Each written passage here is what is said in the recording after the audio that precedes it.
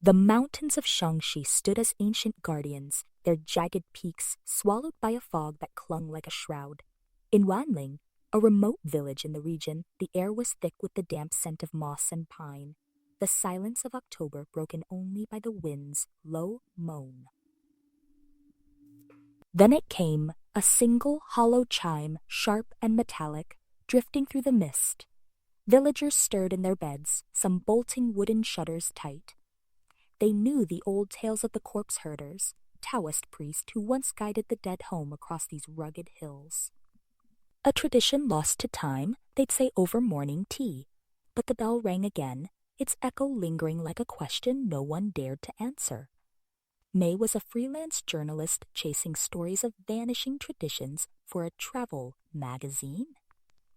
Xiangxi lured her with its misty valleys and whispered legends, tales of corpse driving, bodies supposedly made to walk home by mystical priests.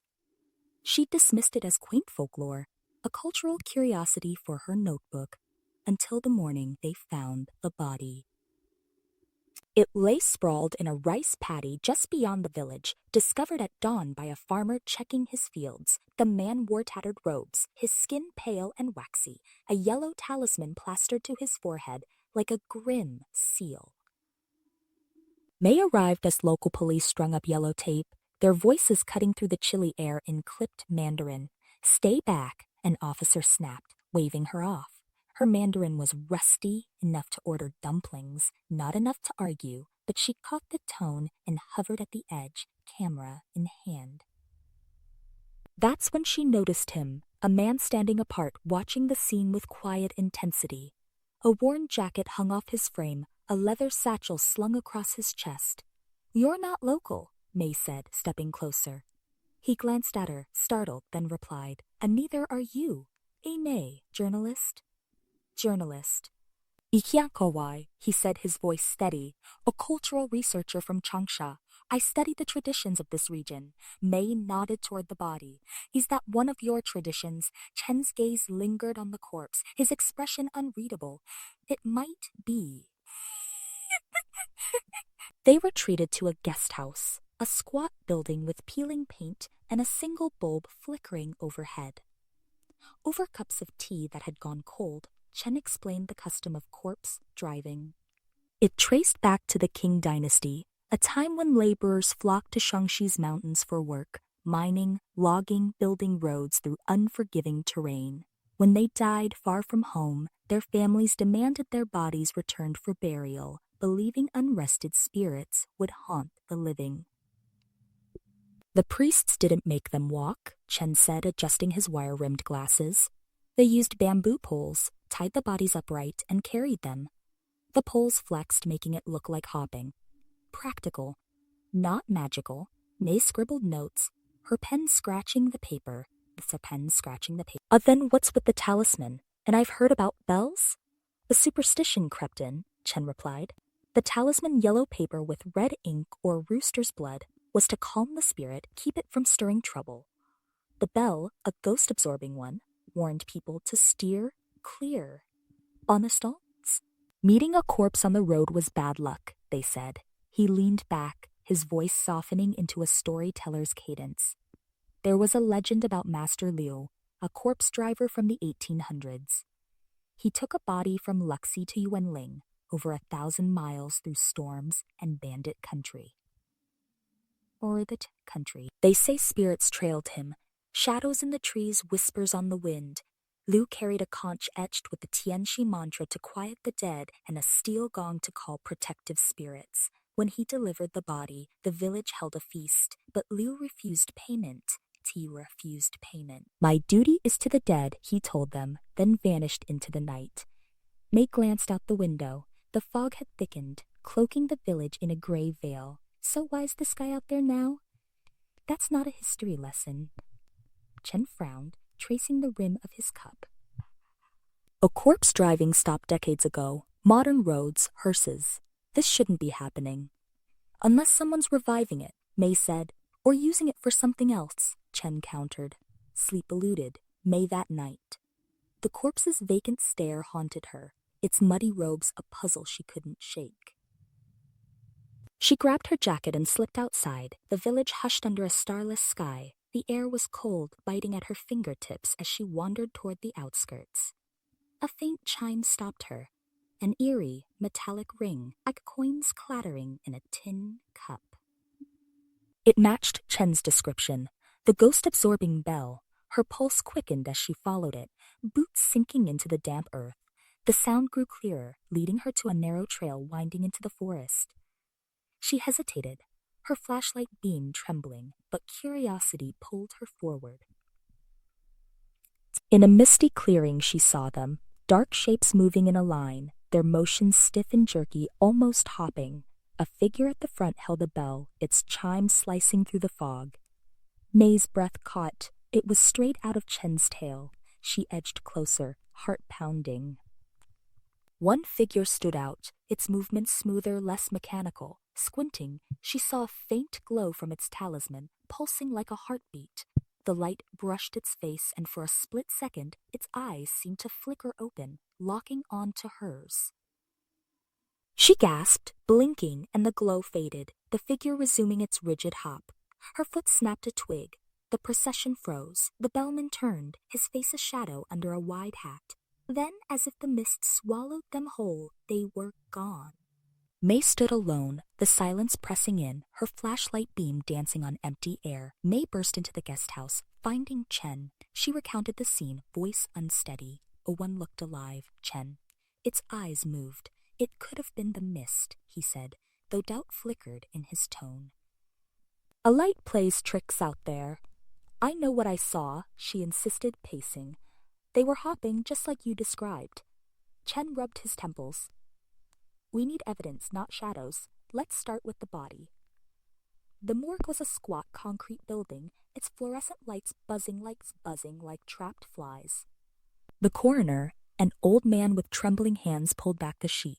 The corpse's robes were stiff with mud, the talisman curling at the edges. A dead at least a week, he said in halting English. Up its mud. It's fresh. May pointed to the shoes, caked with soil. A look at that. It's like he walked here. Chen studied the talisman, his fingers hovering over the red script. This is real, a calming spell, exactly like the old ones. Bamboo pulp, vermilion ink. May crossed her arms. If it's just history, why bother with it now? Maybe it's a message, Chen said, or a cover for something else.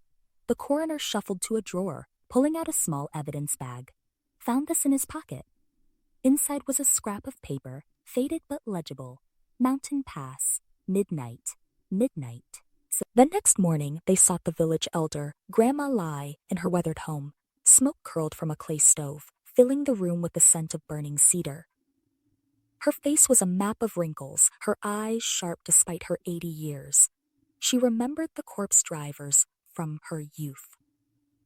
A last one I knew was Lao Wu, she rasped, sipping rice wine from a chipped bowl. It disappeared in 62, took a body from Luxi to here. A young woman died strange. Her spirit was restless, and Lao Wu knew it. Carried extra talismans, a steel gong to ward off evil, never made it. Some say bandits got him, others say she turned on him, hopping off into the woods alone, searching for home. May leaned forward. Oh, what do you think happened? Grandma Lai's gaze hardened. A big business either way. His body was never found. Hers turned up days later alone by the river, talisman torn off. Oh, where was he last seen? Chen asked. With the old mountain pass, she said, pointing a gnarled finger west. And no one uses it now. Bad place, too many ghosts. They trekked to the pass the next day, the trail overgrown with brambles that snagged at their clothes.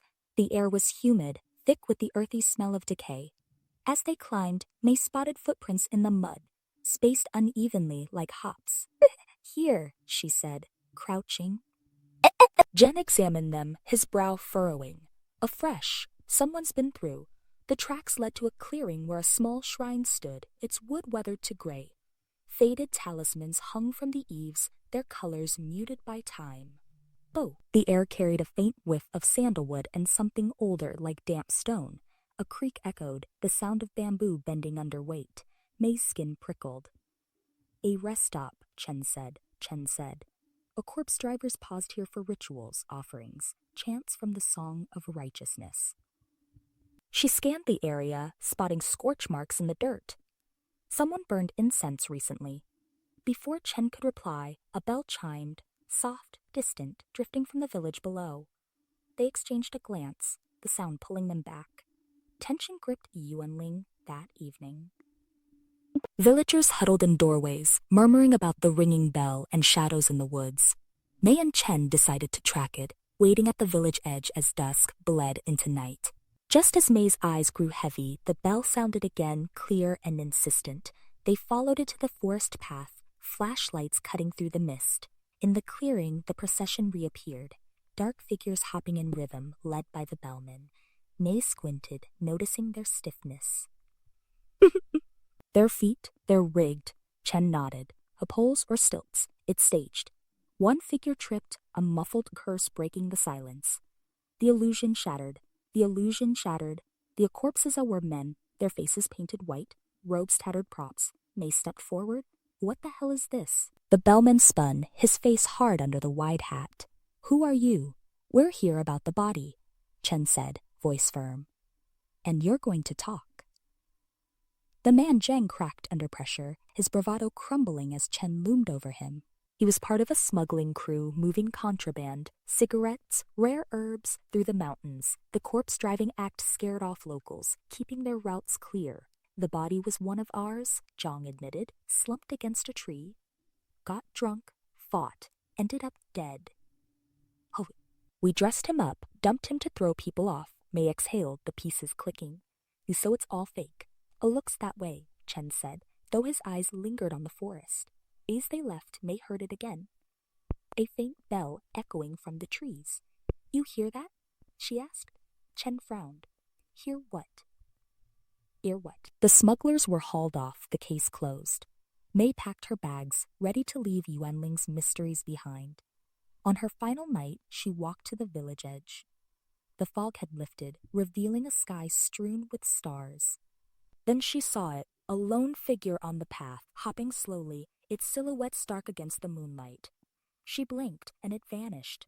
Back in her room, she found a yellow talisman on her table, its bamboo pulp rough under her fingers. A bell chimed outside, soft and fleeting.